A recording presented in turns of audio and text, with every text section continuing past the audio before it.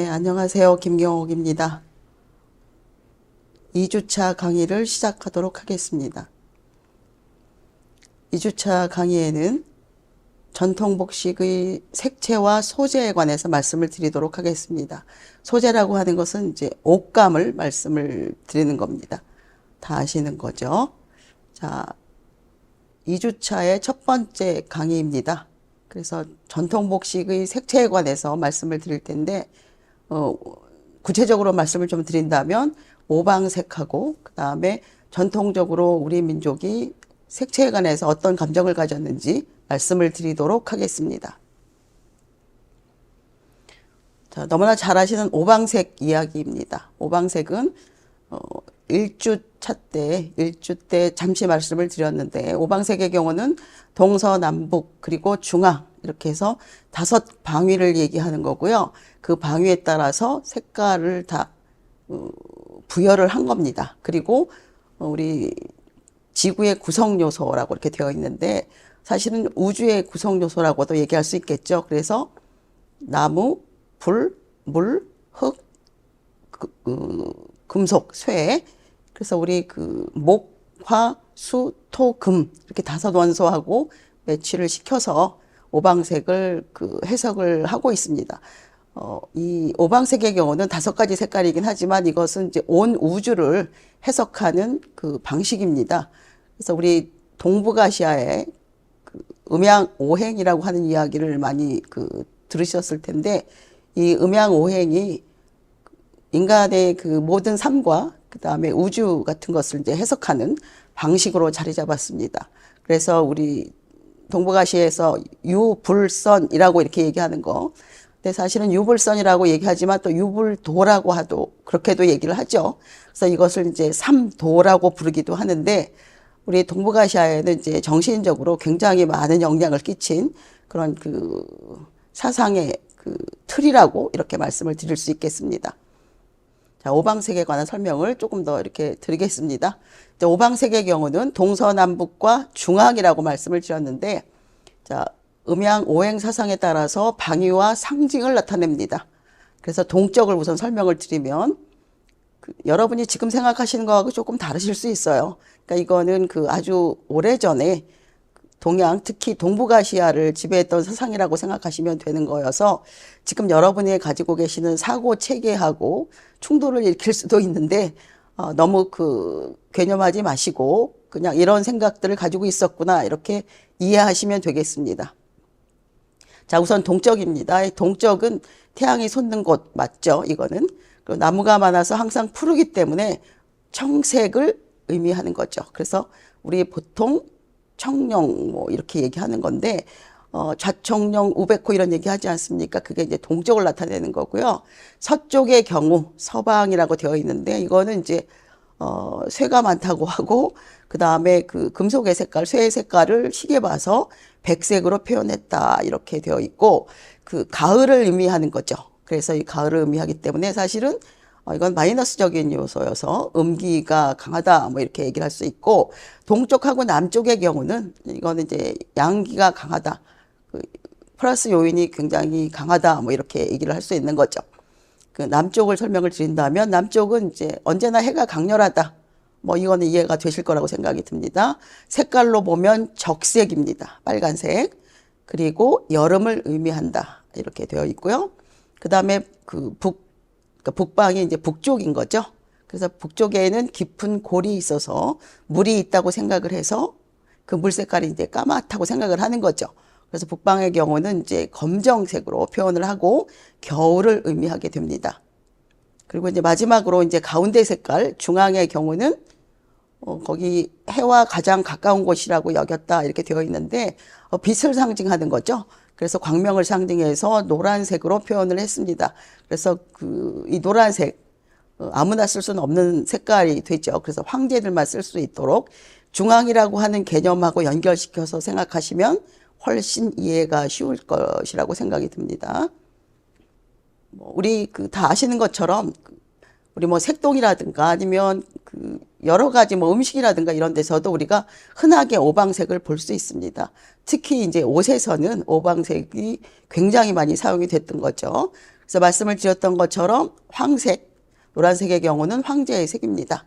그래서 아무나 이 노란색을 사용할 수는 없었다는 거고, 여러 번 얘기가 나오는데 품계에 따라서, 다시 말하면 지위에 따라서 색깔을 달리해서 입었습니다. 이제 질서를 잡는 거죠. 그리고 예를 한번 들어보면 조선시대에는 당상관이라고 되어 있는데 정1품에서 정3품까지는 적색, 당화관은 청색, 그 다음에 품계가 낮은 7품에서 9품은 녹색 관복을 입었습니다. 이거는 이제 내가 다른 색을 입고 싶다 이렇게 해서 입을 수 있는 것은 아닌 거죠. 규정으로 되어 있으니까. 여성 예복의 경우를 좀 예를 들어보면 조선시대에는 계급에 따라서 그 옷의 색깔이 굉장히 달라졌던 것을 볼 수 있습니다. 특히 이제 여성의 경우에는 여성의 예복이 있는데 원삼을 얘기하는 것입니다. 그래서 원삼의 경우는 황원삼도 있고 홍원삼도 있고 적원삼도 있었으나 이런 원삼은 아무나 입을 수는 없는 것이죠. 주로 이제 왕실에서 입는 것이고요. 그 다음에 공주나 옹주, 그 다음에 사대부 집안 이런 경우에는 이제 녹색 원삼은 입을 수 있었습니다. 그렇지만 이 녹색 원삼은 우리 그 평민이라고 불러야 되나요? 백성들의 경우는 녹색 원삼을 입을 수 없었습니다. 그러니까 워낙 그 옷하고 계급하고 이렇게 그 잘 매칭이 되어 있었기 때문에 보통의 경우는 이제 잘 지켜지는 것이 보통이었는데 결혼식의 경우에만은 이게 이제 허락이 돼서 우리 보통 이제 일반 민초들, 백성들도 공주나 옹주가 입었던 녹색 원삼을 입을 수 있었습니다. 그게 언제냐면 결혼식 때입니다. 혼례식 때만 신분을 뛰어넘어서 입을 수 있었다는 겁니다. 음양 오행에서 오행을 얘기한다면 인의 예지 신, 이것은 이제 오행이라고 부르지 않습니까?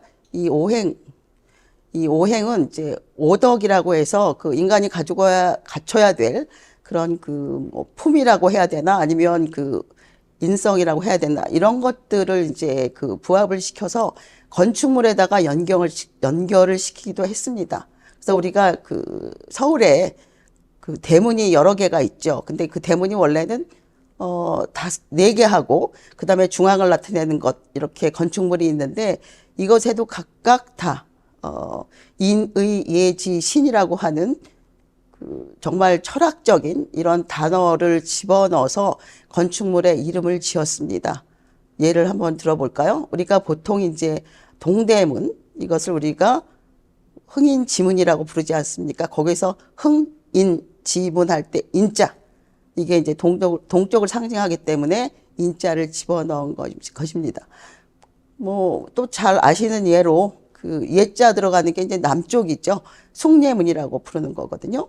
그래서 숭례문도 남쪽에 위치한다고 해서 인의 예지 신 중에서 그 남쪽을 상징하는 예자를 집어넣게 된 겁니다. 그러면 서대문하고 지금 뭐 그런 용어를 쓰지는 않지만 북대문 이런 것들도 다 이름이 있을 거 아니에요. 그래서 예를 들면 돈의문 이게 서쪽에 있는 문이고요. 그 다음에 홍지문 이게 북쪽에 있는 문입니다.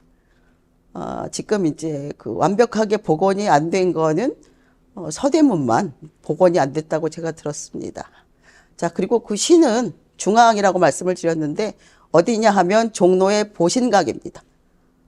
그래서 그렇게 그 건물 하나 지을 때도 이렇게 철학적으로 생각을 해서 건물의 이름을 부여한다 이렇게 보시면 되겠습니다. 이게 다 오방색하고도 연결이 되는 거죠. 그 다음에 이제 어디에 또 쓰이느냐 하면 특히 이제 그 의뢰용으로 제가 많이 쓴다고 말씀을 드렸는데 아이들의 그 두루마기 할 때 어린아이들 입는 두루마기요. 오방색 천으로 두루마기를 만들어 입었습니다. 그 다음에 그 여러분이 잘 아시는 단청, 궁궐에 이제 그 지붕 밑에 처마에 그 색칠을 하는 그 단청이나 아니면 유리에 올라가는 고명이 있어요. 그래서 그 뭐 구절판에 올라가는 고명이라든지 비빔밥에 올라가는 고명 같은 것들도 전부 이 오방색을 사용한 것입니다.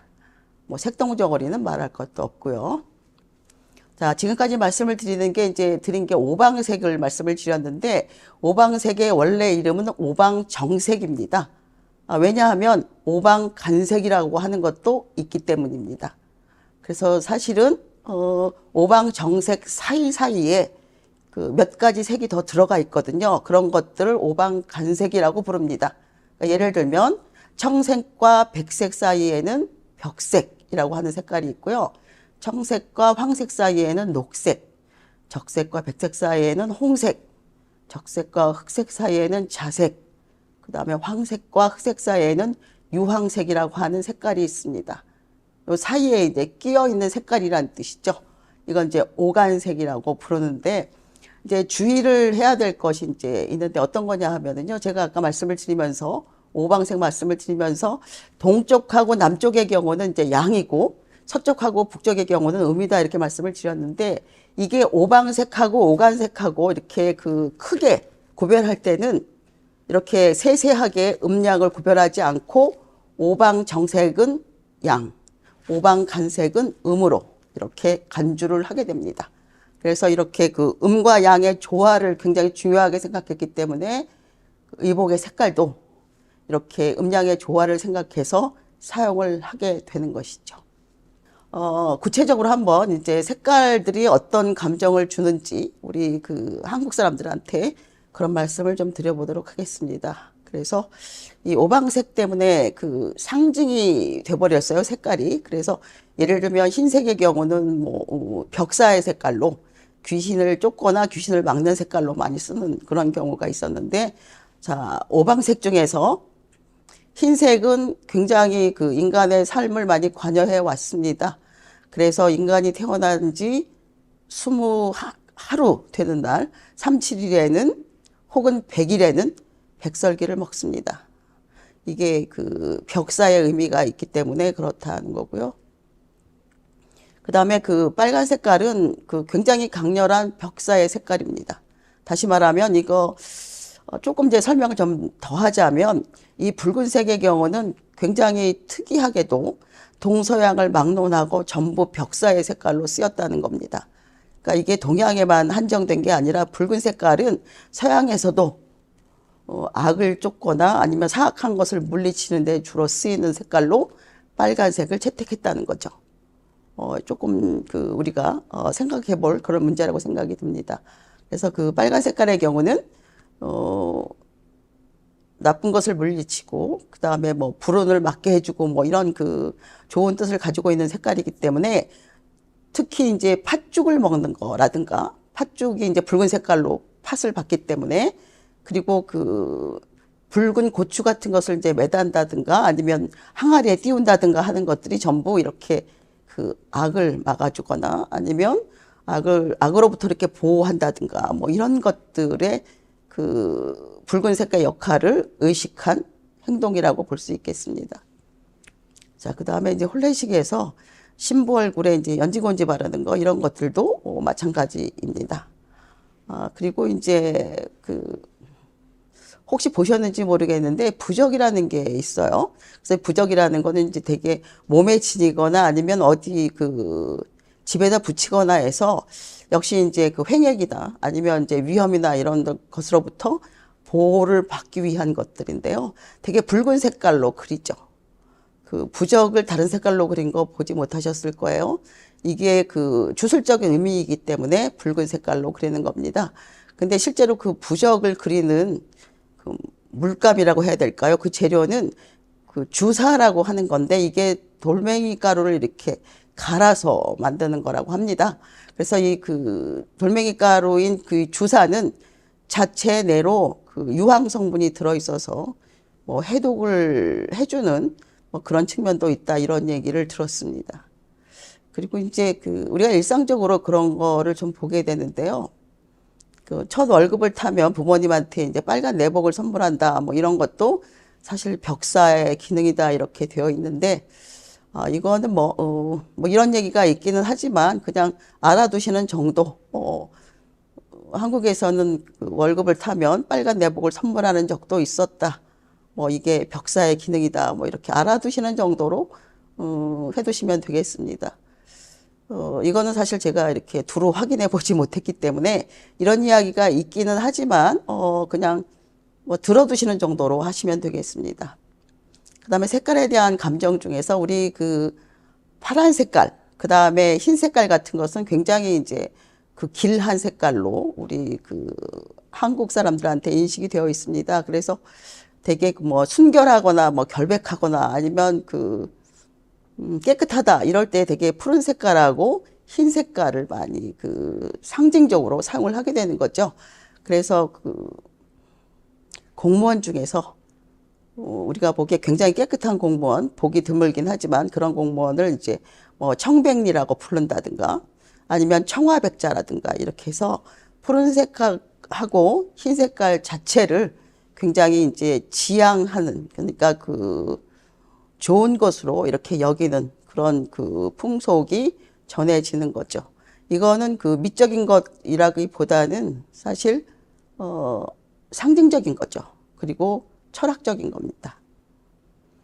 자, 그다음에 그 또 보셨을 텐데 그 사신도라는 게 있죠. 그 사신도에 보면 벽화에 나오는 거. 그래서 동서남북이 뭐 중앙은 빠지지만 각각 지켜주는 동물이 있다고 생각을 하는 거죠. 그 수호의 동물. 그래서 그 동물들은 되게 이제 신령한 동물입니다. 그래서 동쪽에는 청룡, 서쪽에는 백호 많이 들어보셨죠? 좌청룡, 우백호 이런 얘기요. 남쪽에는 주작, 남주작이라고 되어 있는데 이 주작은 봉황입니다. 북방에는 현무라고 되어 있는데 이 현무는 거북인데요. 이 거북이를 이렇게 뱀이 감고 있는 그런 형태입니다. 그래서 이 각각의 신령한 동물이 동서남북을 지키고 있다는 거죠. 그다음에 이제 조금 설명이 필요한 게 이 하얀색입니다. 백색. 백색의 경우는 이제 우리 동양에서는 주로 애도의 색깔, 슬픔의 색깔이기도 합니다. 그러니까 양가 감정을 가져요. 그래서 그 벽사의 색깔이기도 하지만 실제로는 상실의 색깔이라고 생각하기도 합니다. 백색의 경우는. 근데 그 검정색의 경우는 서양의 경우는 이제 검정색이 악의 상징이거나 아니면 죽음이나 이런 것을 상징하는 것이 맞습니다. 그런데 우리 그 동양 쪽에서는 이 검정을 상처나 혹은 뭐 죽음이나 이런 것으로 그 생각하기는 하지만 이런 경우가 있습니다. 우리나라는 예전에 상을 당했을 때 흰색에 가까운 옷을 입지 검정색을 입진 않았거든요. 그래서 검은색을 그 죽음이라고 여기게 된 거는 실질적으로 생활에 바로 반영이 된 것은 사실 얼마 되지 않았습니다. 그러니까 그런 것도 조금 생각을 해야 될 점이라고 느껴집니다. 자, 정리를 해보겠습니다. 그래서 그 오방색이라고 하는 거, 청색, 파란 색깔이죠. 그래서 동쪽의 수호자 이렇게 되어 있고요. 그 다음에 나무를 상징하고 다 뭐 설명을 드렸던 거고요. 굉장히 그 길한 좋은 색깔로 이렇게 여겨지고 있는 거죠. 그래서 생명, 창조, 신생, 뭐 시작, 뭐 젊음, 희망 이거는 이제 서양 사람들하고도 비슷합니다.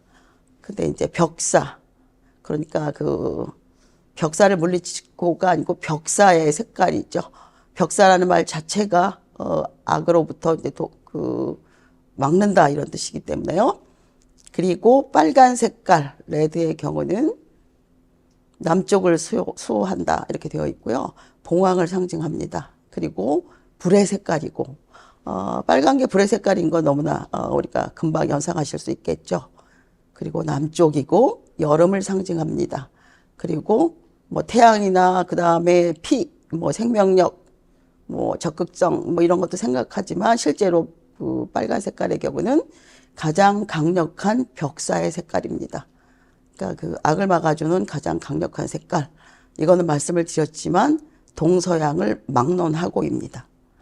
그 다음에 그 노란 색깔이요. 노란 색깔은 우주의 중심.